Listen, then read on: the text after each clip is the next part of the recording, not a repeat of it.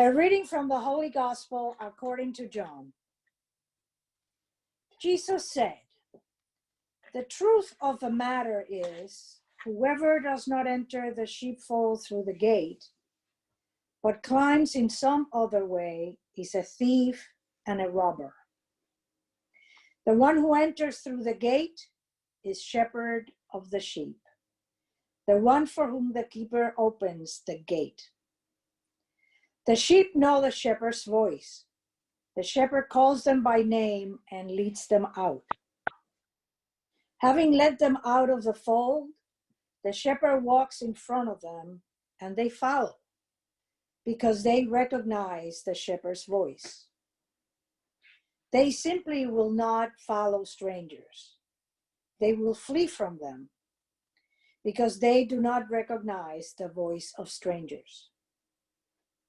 Even though Jesus used this metaphor with them, they did not grasp what he was trying to tell them. He therefore said to them again, "The truth of the matter is, I am the sheep gate. All who came before me were thieves and marauders, whom the sheep did not heed. I am the gate. Whoever enters through me will be safe. You will go in and out and find pasture. The thief comes only to steal and slaughter and destroy. I came that you might have life and have it to the full." The good news of salvation. To our Savior Jesus Christ. Well, thank you. Thank you so much for your invitation to share some reflections with you today. And I also want to thank New York for your ministry of community during these times of isolation. I'm happy to be here with you. But whenever two or more are gathered, even if with the help of technology, Jesus is present. Today, the church celebrates the feast of the Good Shepherd. The image of the Good Shepherd is a favorite of mine.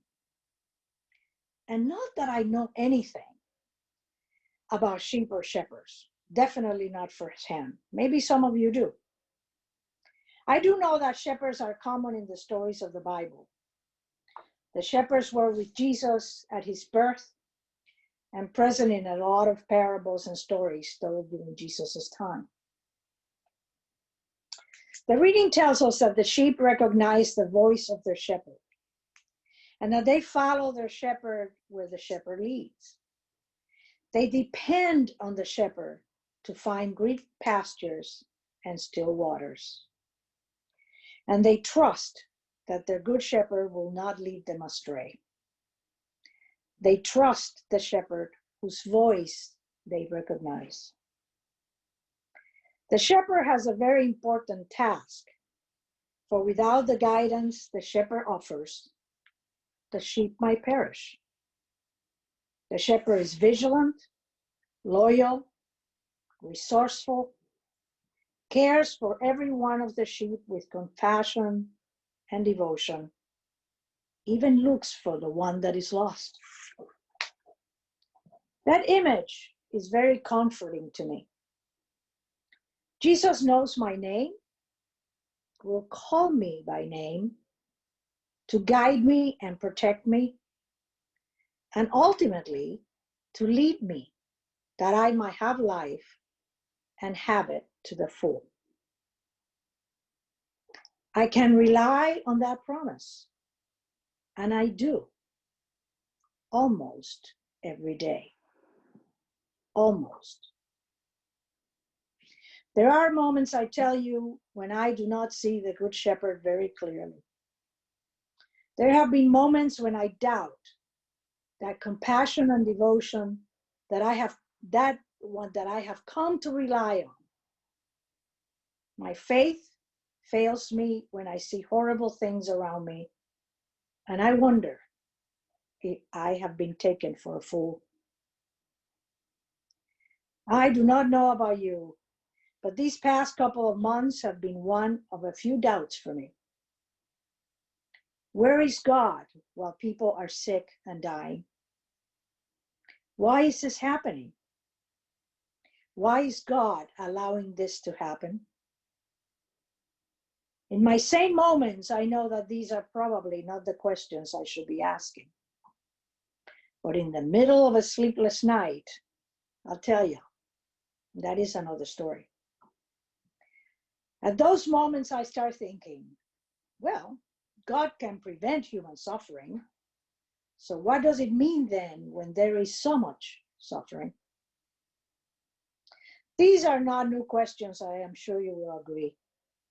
All of us, and those that came before us and those that will follow, will at some point wrestle with this mystery that we cannot understand.